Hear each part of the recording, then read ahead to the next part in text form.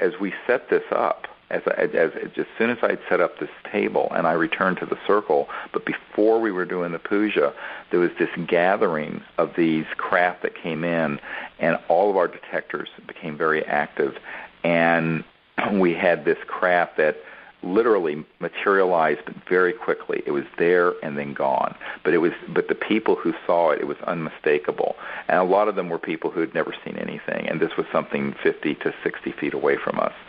And what happened with that is that this was a message to the group that the transdimensional interstellar civilizations that are, this, if you will, the origins of a lot of the Vedic knowledge and the higher states of consciousness information were coming for this event, and were there on site.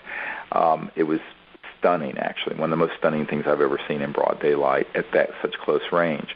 So, when I after the puja, and I put the compass out in the field further east in an area that we were asking them to land, we heard a number of metallic things and footsteps moving, both to the west and to the east of where the circle was. And towards the end, later, as Linda was saying, I walked out there, and as I did, myself and several other people saw maybe 4 or 5 or 6 ETs, just a small group of them that were fully materialized. I mean, completely like physical people. These were not people. These were no one in our group, and there were no humans there besides our group. It was a private, secured estate. And I heard them. You could actually hear the feet, the footsteps, as they kind of ran off a little bit because they saw there were 60 people behind me coming. And I think, as Linda mentioned very correctly, they were a bit shy or overwhelmed with that many humans approaching them. And they then shifted, and you heard the footsteps, and then they were gone. There was nothing at all. It was like they dematerialized right there in the field, which is very reminiscent of what the policemen in England last year saw near Silbury Hill, when there was a ET that was this sort of white, tall being, and he stopped and chased this ET into a field, and there were actually, he could hear the footsteps of it, and then there were actually footsteps in the wheat or in the crop, and then this being dematerialized, and literally the footsteps in, and there's nothing there. So you're dealing with trans-dimensional technologies and electronics that allow the materialization, dematerialization, teleportation, but that's what happened in the field. But it wasn't just one ET, it was several ETs.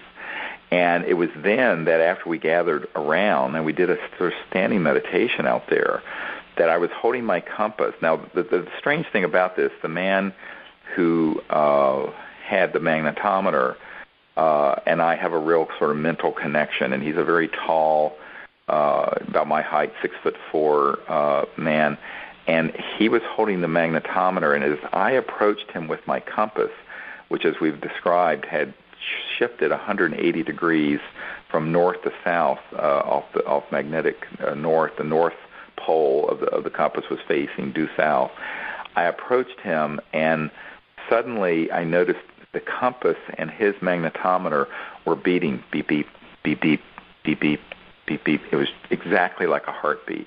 And I saw in my meditative state and sort of remote view state that there was an ET transdimensionally between me and this man who was there, and he was actually showing his heart rate. And we actually timed it, and it was around 80 beats a minute. It went up to a little over 100 beats a minute, but it was very consistent, and it was exactly like a heartbeat. And the magnetometer needle you could see beeping, just like you would see on an EKG machine, sort of the waveform, and the compass needle was beeping and moving with it. So we actually got this filmed, and it was really an amazing, although unusual, close encounter.